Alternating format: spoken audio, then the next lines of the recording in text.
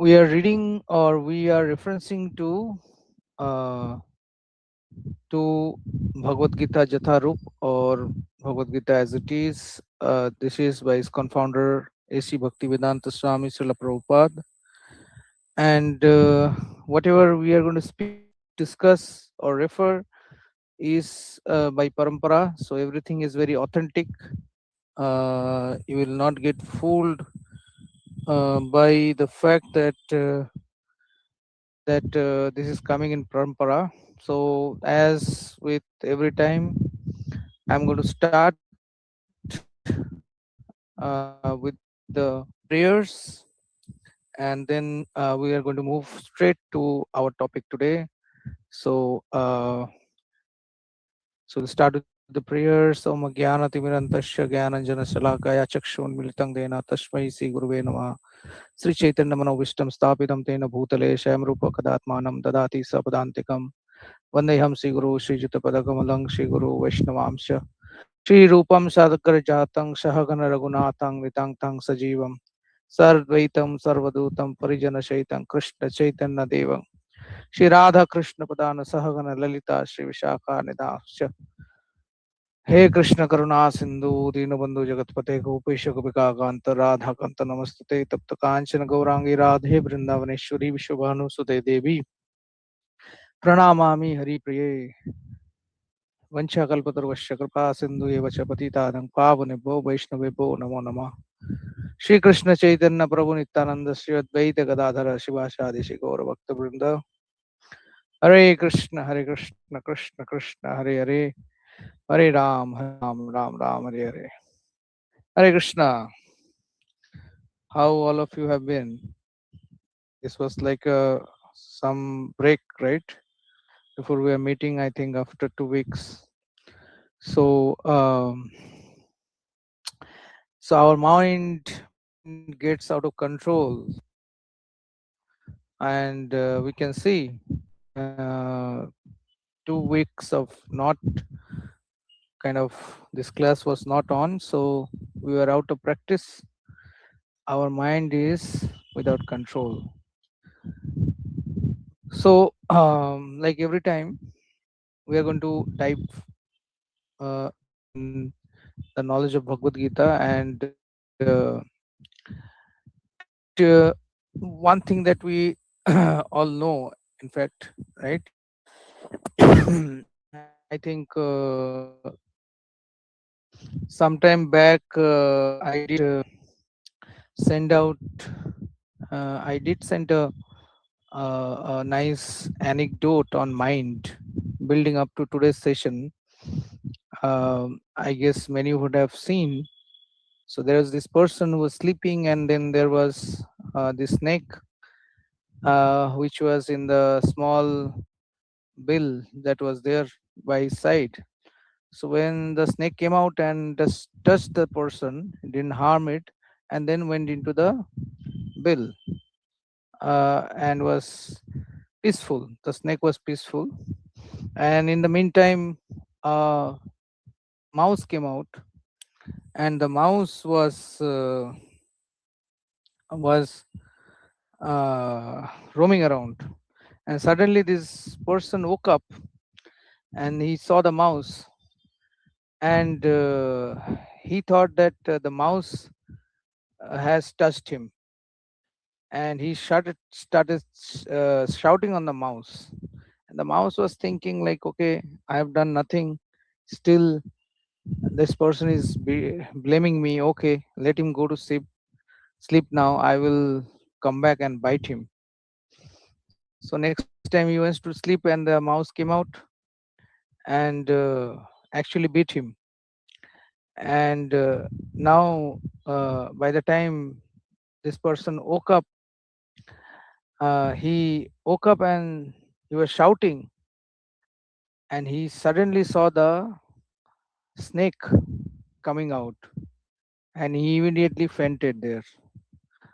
So the question is, uh, who actually caused the person to faint, the mouse or the snake?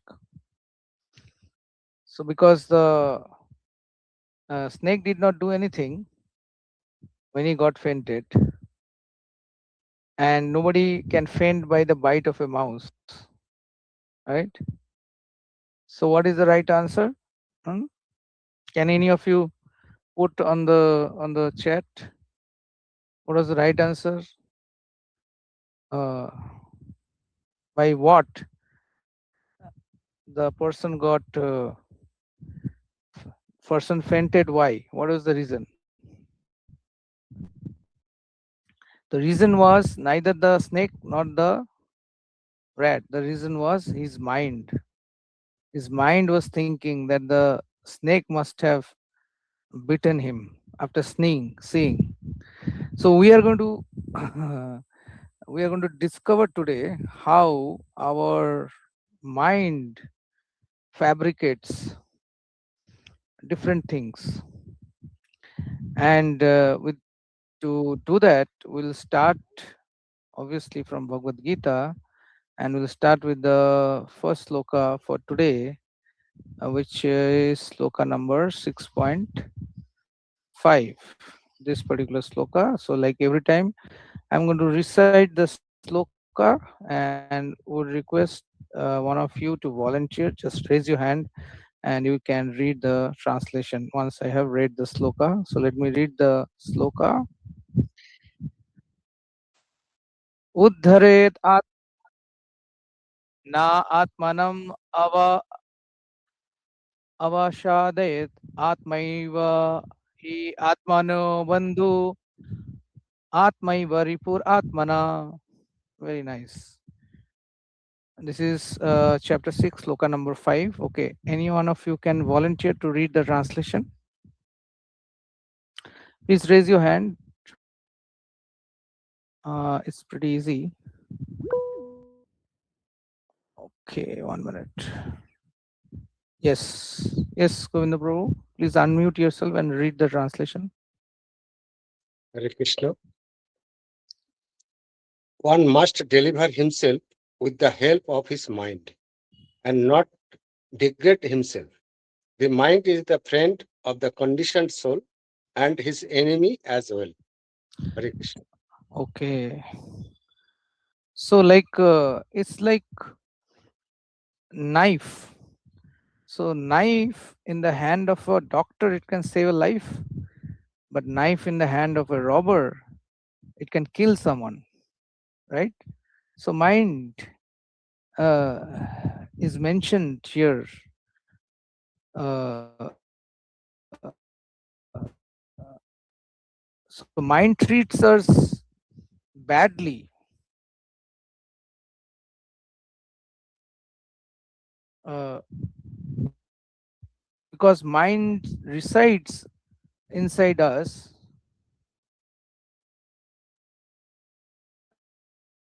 So us badly, and we completely trust it.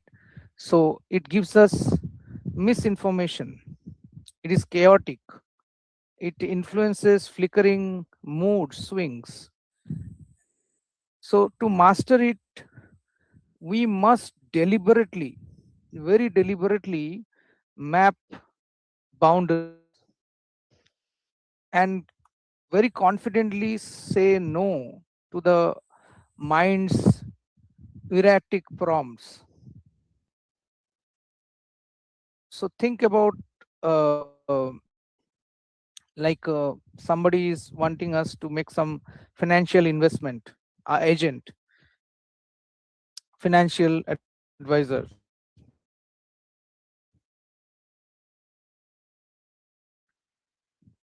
uh, and and and we have taking his advice, we have consistently drained out our bank account. So mind has been doing that, but if this was a real person, we would have not worked with that person anymore. But for mind, we can't cheat, so we have to train it. So when our mind gives us a very terrible emotional recommendation, like okay, let me throw some temper, some tantrum, uh, and we blindly kind of trust it, and that is when our suffering, or we make a mistake and our suffering starts. So that is what this particular sloka is mentioning, that to achieve any progress we must actively train, elevate the mind so that it delivers the all of it. We are already in lot of mud, and we need to drag ourselves out of it rather than uh, dragging ourselves down. And um, and and this is exactly what is our condition. In this particular verse we also see that the mind aligns with false ego, um, meaning that we want to, or we desire to, whether we can or not is a different question. We desire to lord over everything, right? Everything is mine. So the mind objects. So every sense object, everything that we can consume with our senses, it puts a lot of glittering, and we become very attracted to it. And this pursuit of temporary sense objects actually acts as a bondage for us. And and if you look at the converse of it, a mind which is more systematic, detached from this, becomes actually a friend for us. And that is the next verse which we are going to take now, in terms of how we first, in this verse which is 6.5, chapter 6, sloka number 5, we learned what is the state of mind, and most of us have experienced this. And then in 6.34, which is this next verse, Arjun actually calls out like why it is so much difficult. Before Krishna giving Arjun some sort of a solution, uh, Arjun calls out why it is so much difficult to control this mind. So let us. I will again like recite the sloka and request one volunteer to raise your hand so that you can read the translation. Okay.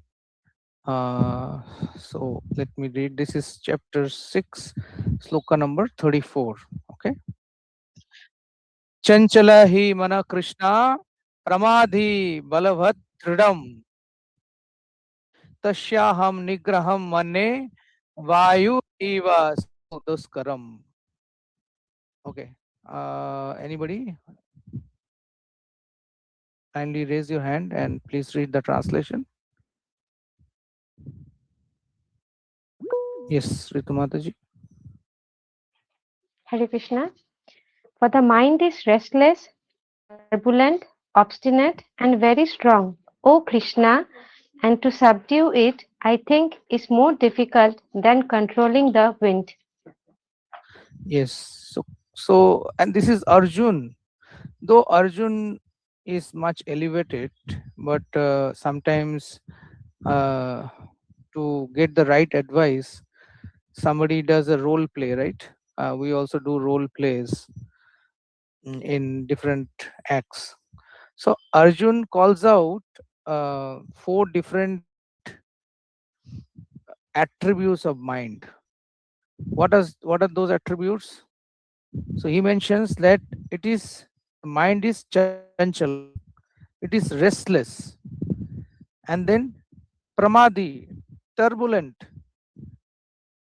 reasonless, and balavat means it has a lot of power. It is very powerful. right? Somebody tells something, little thing to us, we get so much offended and we remember it whole our life. We don't talk to that person ever in our life, right? Ruthless and relentless, freedom, stubborn. It's very difficult. Anything that we are doing, it's very difficult to change habits. Freedom, because our mind is adamant. No, यही करना है. So, Krishna, sorry, Arjuna is mentioning, and so basically, we need to be parenting the mind. So think mind as a hyperactive toddler, like running around very busily, very busy, like everywhere.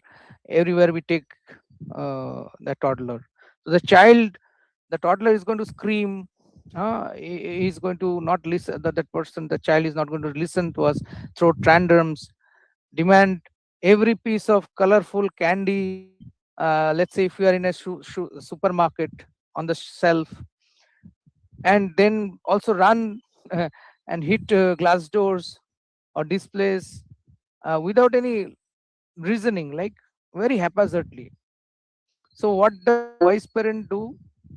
uh, they don't surrender to the child's chaotic whims, but they don't also beat the child in public rage, right? Instead, the parent, what we do, we maintain a firm, calm stance, and we acknowledge the child's loud screams while quietly guiding them back to safety.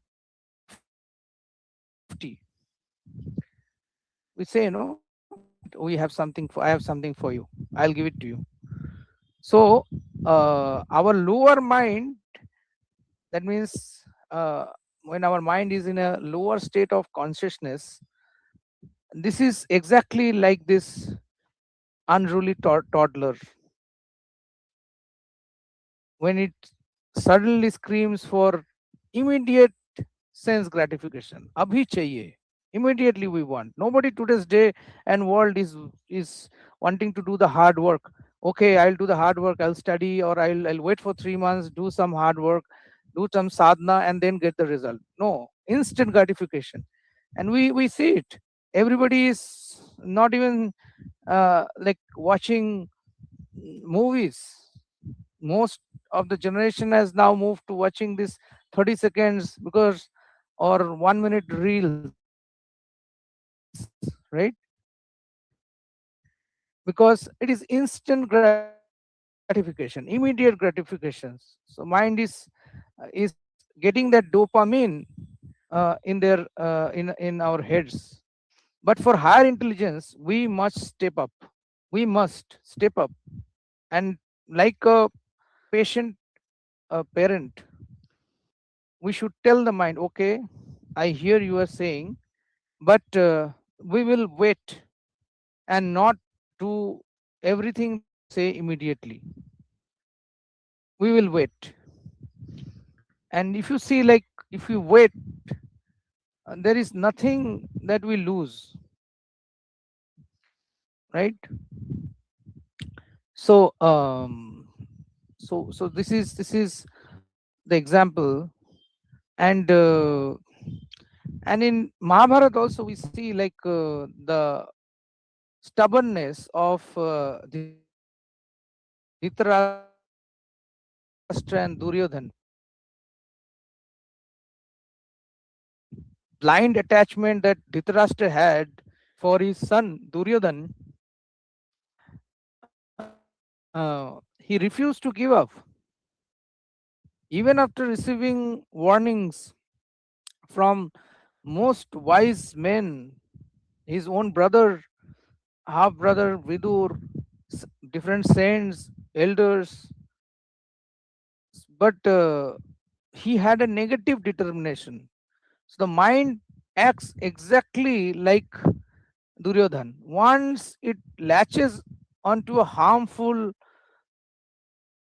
desire, it forcefully demands, I want it and I want it now. and it doesn't listen to any logical reasoning or warnings.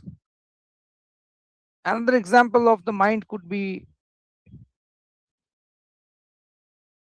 not could be, it is like a tornado or a cyclone. It's subtle, right?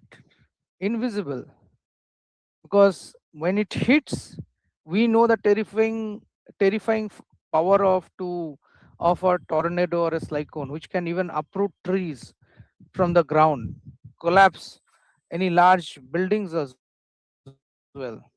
So this subtle mind can instantly blow away a person's focus, and the ultimate mountain capable of blocking this fierce will like mind is our motivation.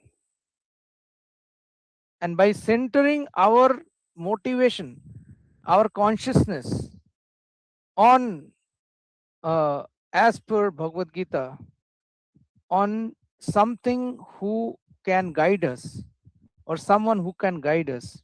In Bhagavad Gita, that someone is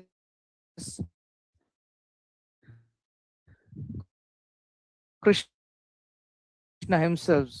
Everything he has in totality. And because this destructive storm of mind then naturally can be pacified.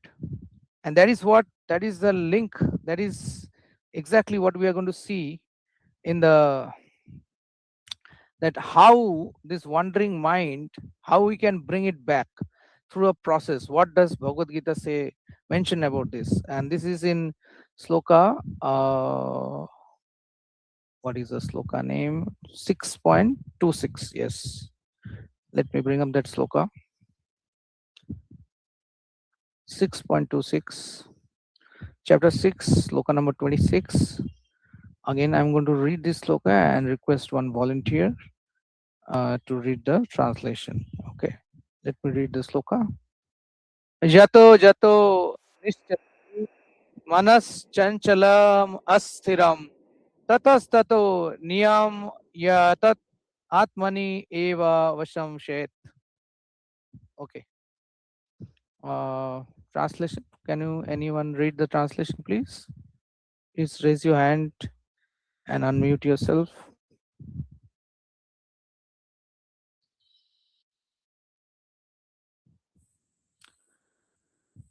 Okay, anyone, don't feel shy. Let's do this quickly. We have another 15-20 minutes. Uh, yes, Vijay Prabhu. Hare Krishna Prabhuji. Hare Krishna. From wherever the mind wanders to its flickering and unsteady nature, one must certainly withdraw it and bring it back under the control of the self. Very good. Thank you. So Krishna is mentioning to Arjuna that, okay, flickering and wandering, right? Okay, let me uh, explain this with an anecdote. So uh, let's maybe many of us have seen, if not ridden a horse, right? And consider that a rider is trying to steer a horse which is going off course, right? Sometimes we go to, let's say, Kedarnath, right?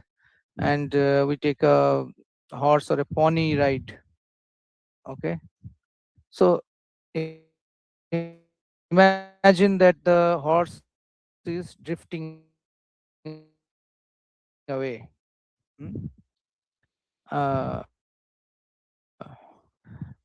Now the horse to a spot where a lot of some there is sometimes this valleys which are there. If you have taken that journey to Kedarnath, and there is some green grasses there, right? So it is just going there to have those green grass.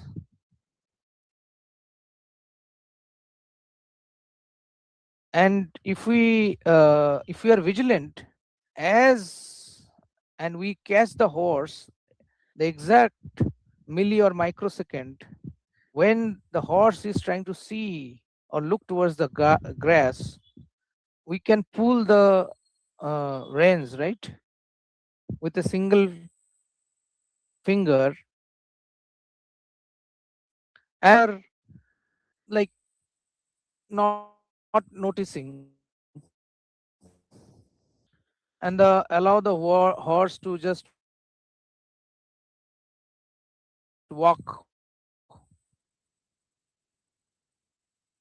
and lower his head and just walk. So it will go, and once it reaches those grasses, it is very difficult. It is almost pramada. It is very difficult to pull it out of it.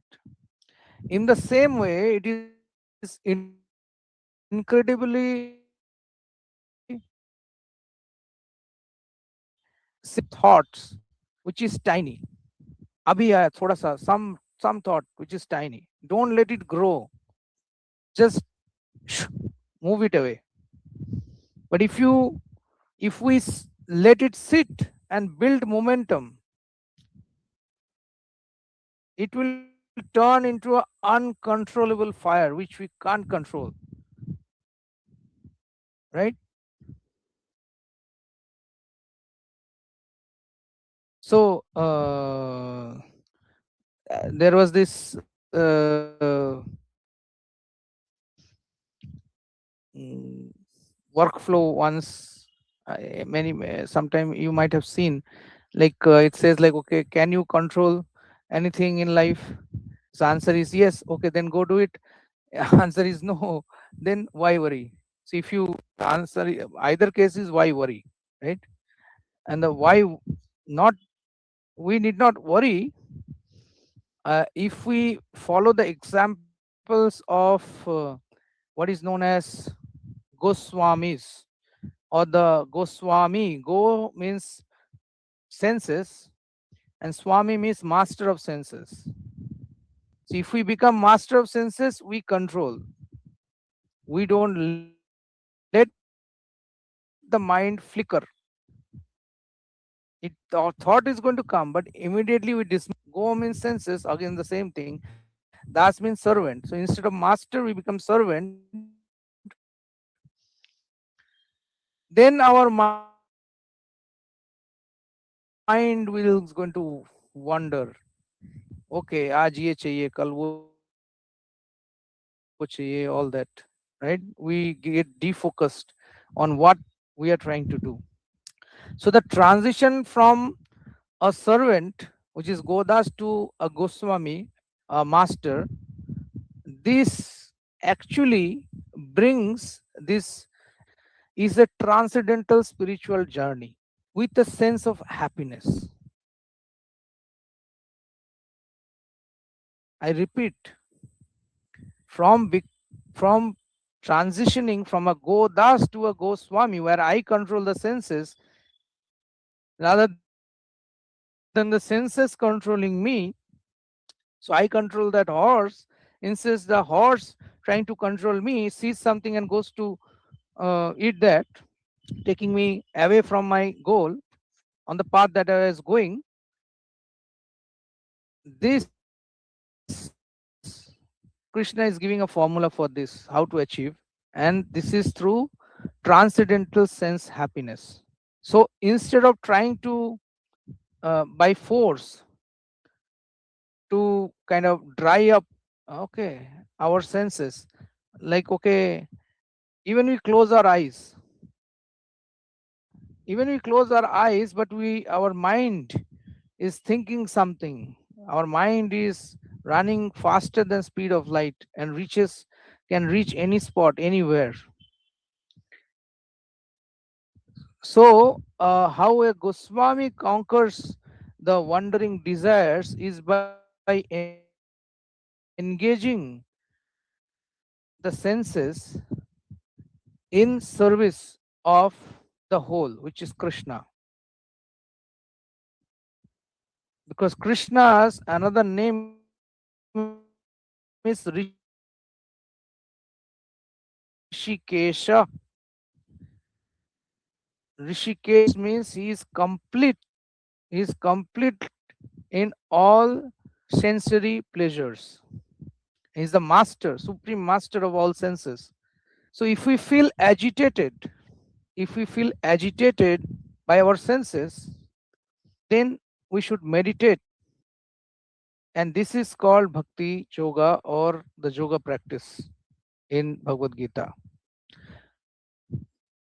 So let us go to the next sloka, and we can see this more in detail, which is sloka number 3.6. Okay, let me bring it up.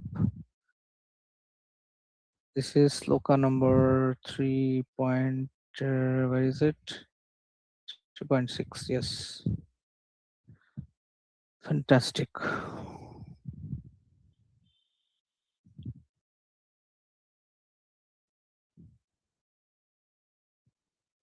Okay.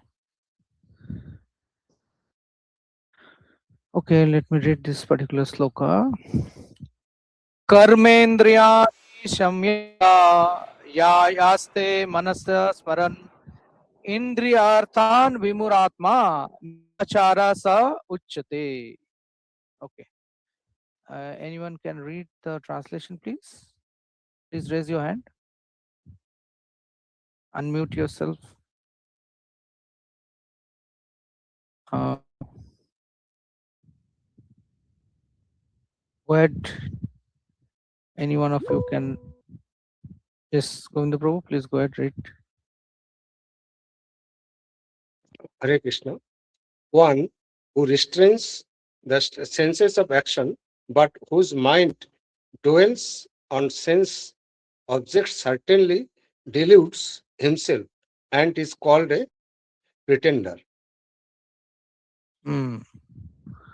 So here, this is from chapter 3, sloka number 6.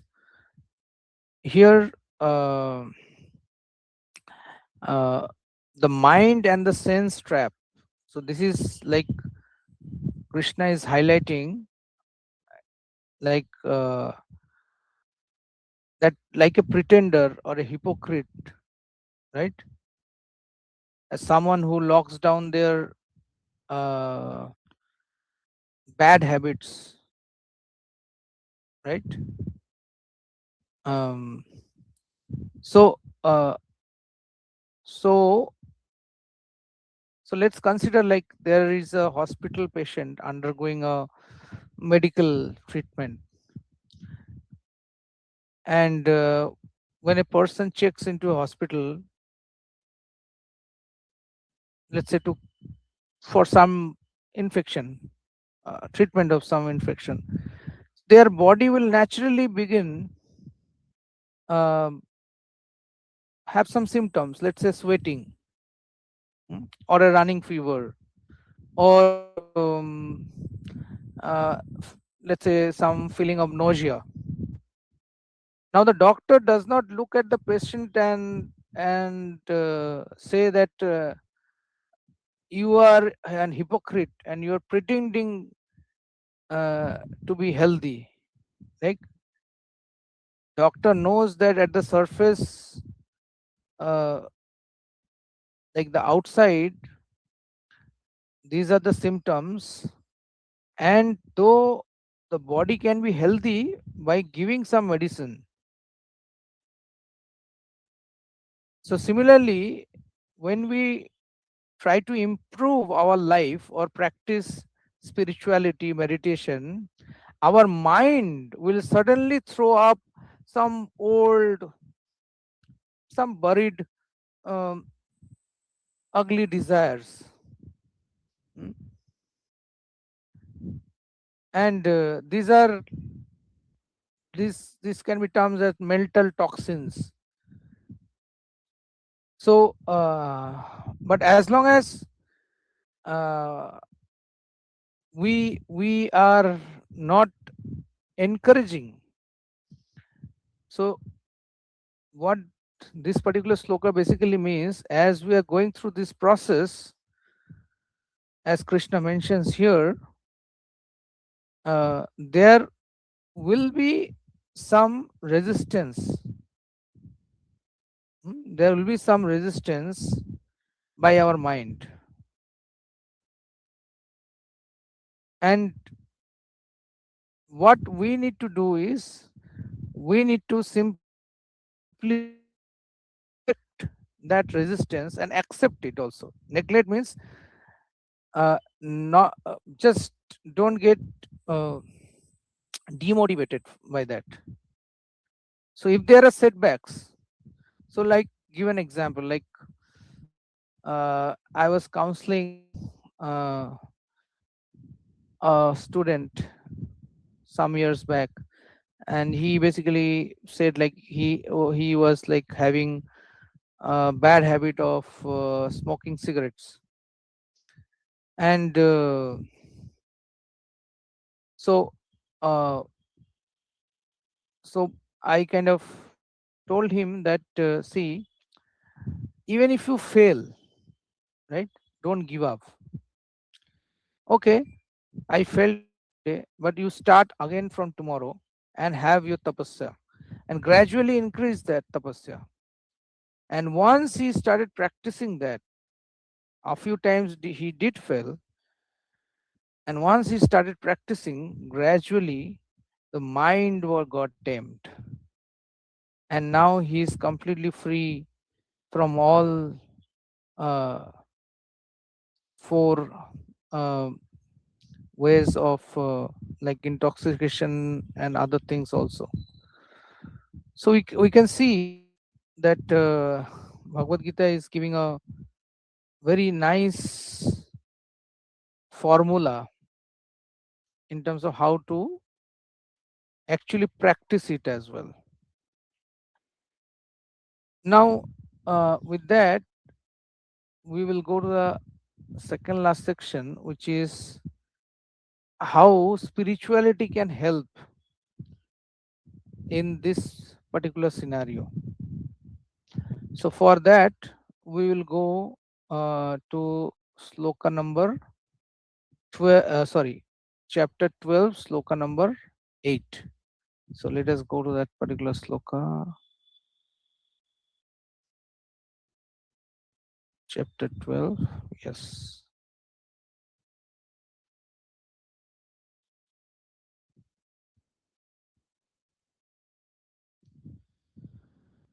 Okay, let me read this sloka. Mayeva mana adhash mahi buddhim niveshaya nivyasishashi mayeva atta udhvam na samshaya. Yes. This is the formula Krishna is giving to Arjuna to for absolute mind control. Yes, I request one volunteer to kindly read the translation. Just raise your hand. Don't feel shy and go ahead and read. Shanchari Mataji, you would like to read? Okay. Vijay Prabhu, please go ahead read. Just fix your mind upon me, the Supreme Personality of Godhead, and engage all your intelligence in me. Thus you will live in me always without a doubt. Okay. Thank you. So Krishna is giving the mind control formula. Actually, any mind control, any motivational talk is all basis this particular sloka. Anything, any thing to control in mind, and I'll just explain how it is. So Krishna tells here to just fix up your mind upon me. So when a practitioner, like when somebody meditates, he is actually bridging between the emotional part, which is our mind, and the reasoning part, which is our intelligence. Okay, let me repeat that once more. Anybody who is practicing mind control, that person is bridging the emotional part, which is the mind, and the reasoning part, which is the intelligence. And how to kind of uh, do this effectively? How can I mm, be rooted in reality with my intelligence, reasoning, whereas there is the emotional part, I want other things. So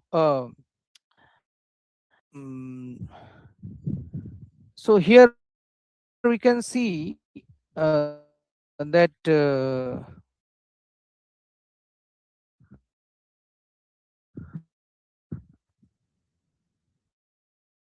uh, in terms of example that is mentioned, and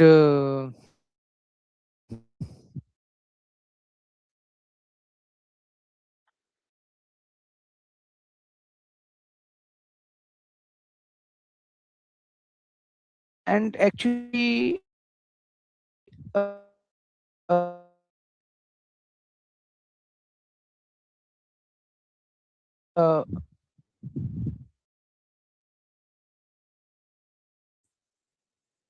if you want to practice understand to the open ocean, huge waves, and the captain cannot stop the waves from crossing, right? Waves will come, and nor can he stop the heavy winds which are blowing,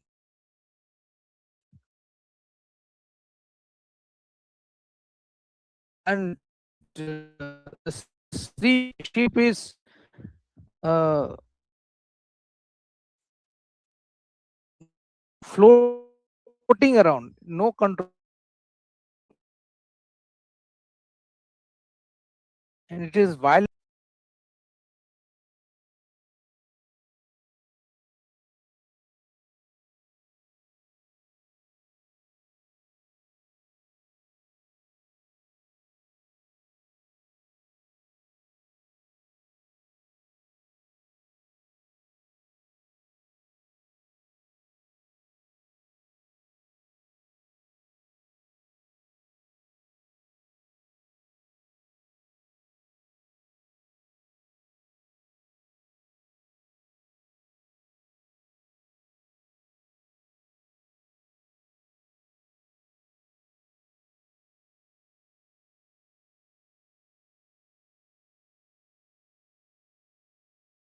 Vulnerable ship which is getting tossed around. So what we need to do, we need to use our intelligence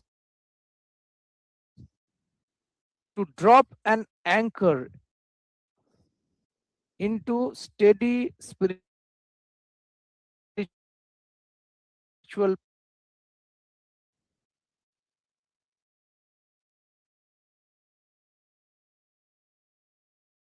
and our mind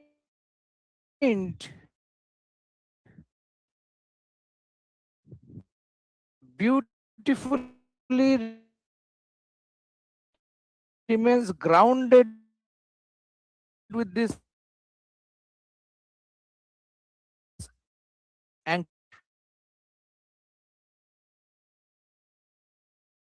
and no matter how chaotic inside the battle, right?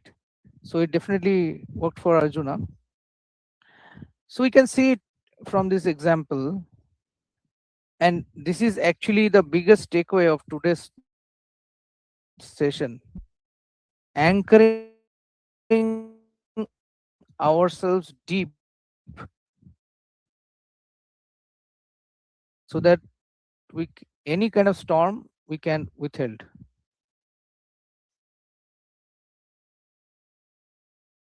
These are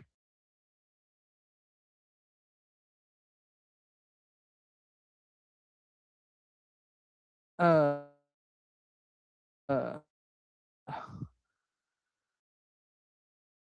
mind control formula. This is called the mind control formula. Look at it. We'll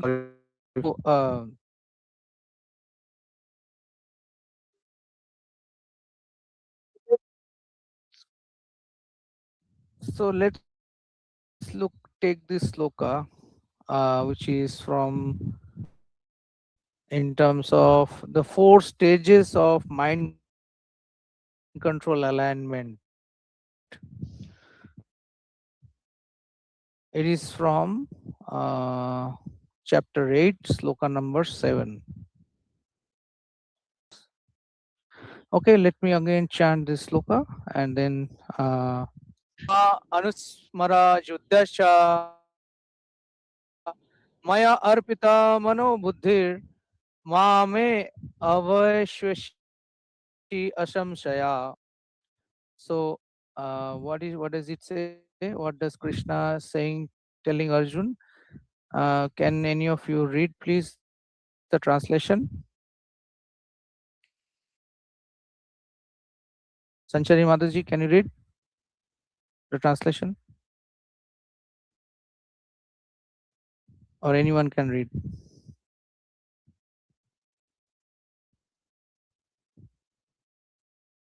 You should Yes, Ritu always Mataji, please go think ahead. of me in the form of Krishna,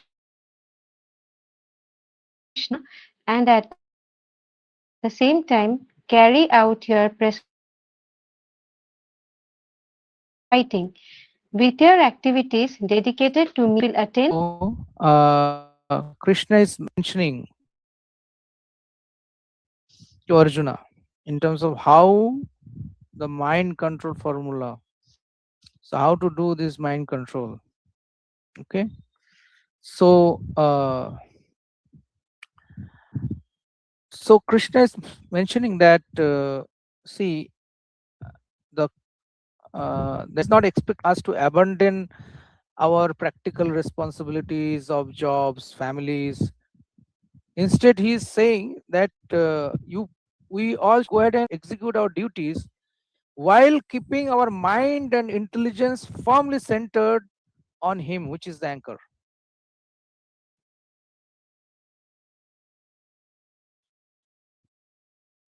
So both the mind and intelligence are directly firmly away if uh, if the mind and intelligence are directed firmly away, not towards, then one is convinced that Krishna does not exist. And then such people are highly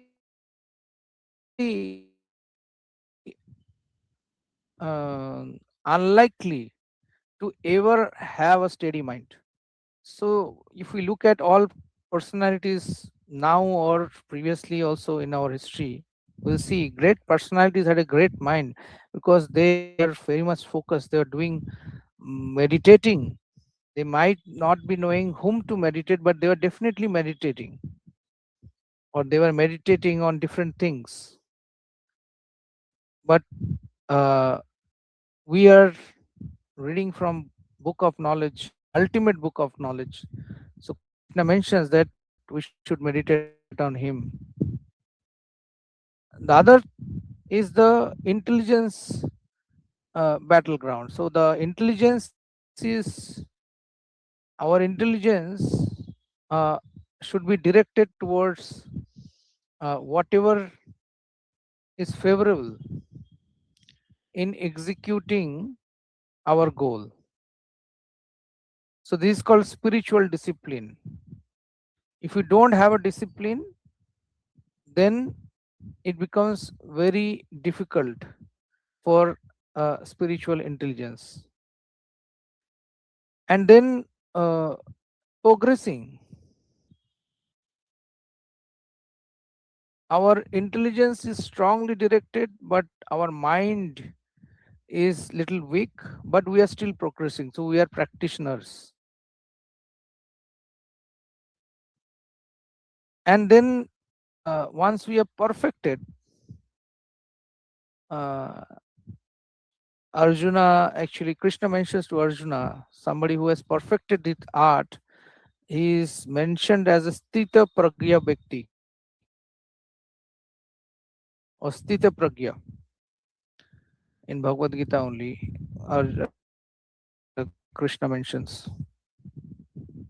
So with that, uh, let us look at the conclusion that that our mind is neutral but very powerful instrument.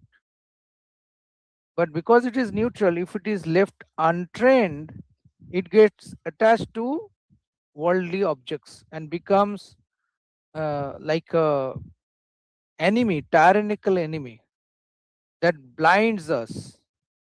So it needs to be actively trained, directed inward. And once we do that, it becomes a great friend for us. It's a great instrument for us.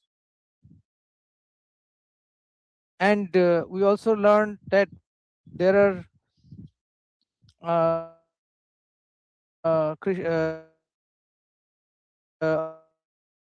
Arjuna mentioned be aware. It's like a chanchala, it's like a child. Pramada is like mad. Balabhadra is very powerful, like a bodybuilder. Dhrida, stubborn, like Duryodhan. So we cannot artificially suppress it. And next, we also learned today that we need to be like Goswamis. So mind, the wandering mind will be wandering here, there, everywhere, but we should put it into a process. We should not allow it to run wildly. We should gently catch it immediately as soon as it tries to drift, not after it had drifted. Like if we are waking up, we have our alarm and we are at 5 a.m. and we are waking up every day 5 a.m. Never try to act like, okay, one day, okay, I should not get up at 5 p.m. 5 a.m. Sorry. What is okay? One day it's okay. 6 a.m. is also fine. No, that is what Krishna is telling here. And then anchoring, focusing our mind, have a strong anchor, and that anchor Krishna is saying, I can be your strongest anchor. So that is how today we are going to end in terms of what in Bhagavad Gita, how it's mentioned on mind control.